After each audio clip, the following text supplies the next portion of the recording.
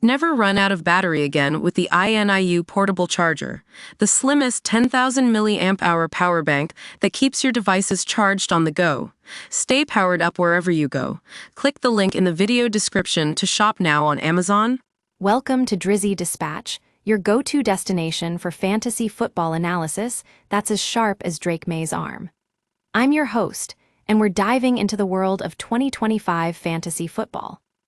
Now, let's talk about the young gunslinger who was drafted third overall, Drake Maye. The New England Patriots took a chance on this talented quarterback in the 2024 draft, but did they really give him the playing time he deserved? As it turns out, the answer is complicated. For the first 5 weeks of the season, Jacoby Brissett was the starter, leaving Maye to watch from the sidelines. But wait, things changed in Week 6 when Maye finally got his chance to shine. From then on, he became the clear-cut starter for the Patriots. However, we've all seen injuries disrupt even the best of players' seasons, and that's exactly what happened with Maye. He suffered an injury, and as a result, he played only 30% or less of New England's offensive snaps in 3 games. Now you might be thinking, what does this mean for Maye's fantasy value? Well, let me tell you, his stats do look impressive on paper. 3,500 plus passing yards, 25 touchdowns, and a respectable completion percentage. But as we all know, there's more to it than just raw numbers. We've got Drizzy Dispatch's exclusive data that shows Maye played in only 75% of the Patriots' games last season.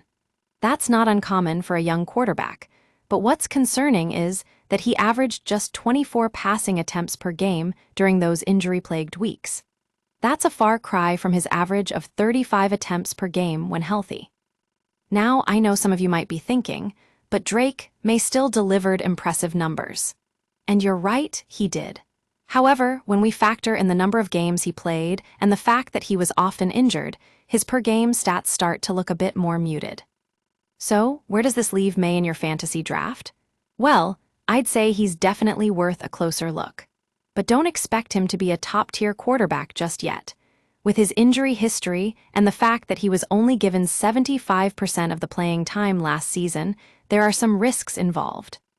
However, with a strong coaching staff and a talented receiving core, Maye has all the ingredients to become a fantasy football sensation.